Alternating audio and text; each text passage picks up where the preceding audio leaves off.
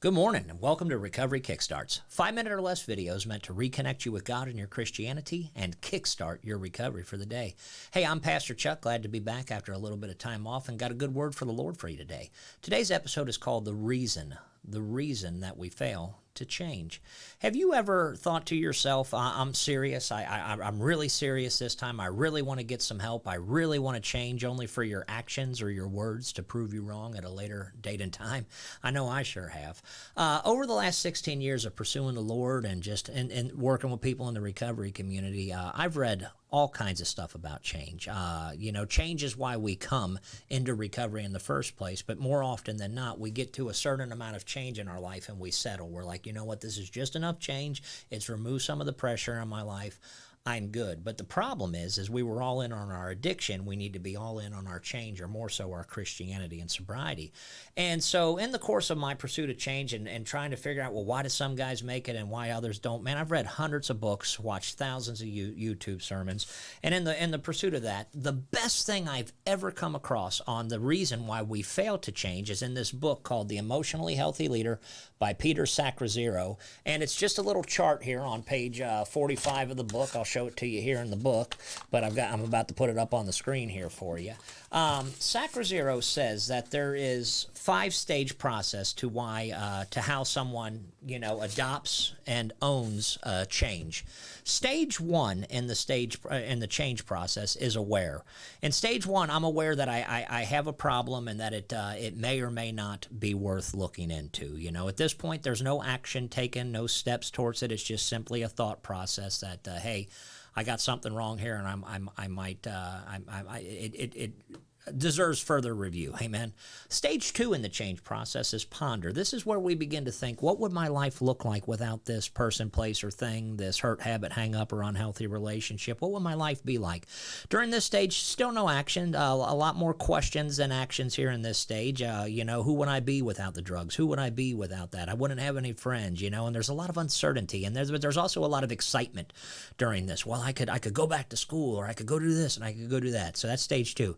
Stage 3 is the most important stage in the change process. It's the value stage, placing a value on my desired change. At this point in the stage, and we'll come back to the chart, what is this change worth to me? How much will it cost me? How long? What am I willing to put up with? How long am I willing to endure it? What am I not willing to do? And we need to place a value on our change. But Sacrazero says in his book, the reason that people fail to change is they usually just jump right over the value stage and they enter what he calls the action behavioral gap, where we try and fail. A lot of us will go into rehab.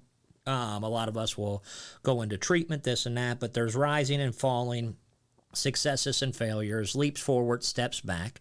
And for those that get a hold of it, they will emerge victorious on the other side, where they reprioritize their entire life around this change. Maybe your thing's food recovery issues, and now you're at the gym, you're at Weight Watchers.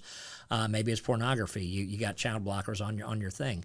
And then after reprioritizing, they own it. This change now belongs to them. It's a part of their identity and who they are. But for those that don't change, the reason that Sacrazero says that we'd fail to change is because we properly failed to place a value on our desired change before the bill comes due.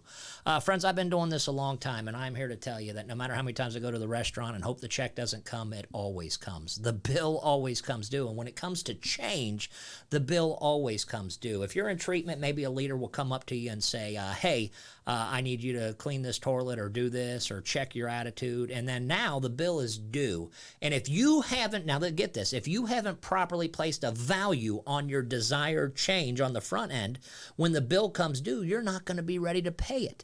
And so Jesus talked about this. Jesus says, if anyone comes to me and does not hate his father and his mother, wife and children, brothers and sisters, yes, even his own life, he cannot. It's impossible for this guy to be my disciple. And whoever does not bear his cross and come after me cannot be my disciple. For which of you intending to build a tower does not sit down and first count the cost or place a value? Later on, he goes to say, or what king goes off to war against another king and does not sit down and first consider whether he's able with 10,000 to meet him with 20,000, or else while they're still a great way off, he sends a delegate and asks conditions of peace. So likewise, whoever of you does not forsake all that he has cannot be my disciple. In other words, he's like, you got to count the cost, friends. And so I'm here to tell you, in 16 years of doing this, the reason that we fail to change is we fail to place a proper value on our change before we begin to pursue it. And then later on, when the bill for that change comes, someone says, hey, you want a whiff of this, or hey, you want a hit of this, we haven't placed a value on it and said cost versus value, no, I can't do that because I esteem this change higher than the temptation in front of me. Amen, somebody?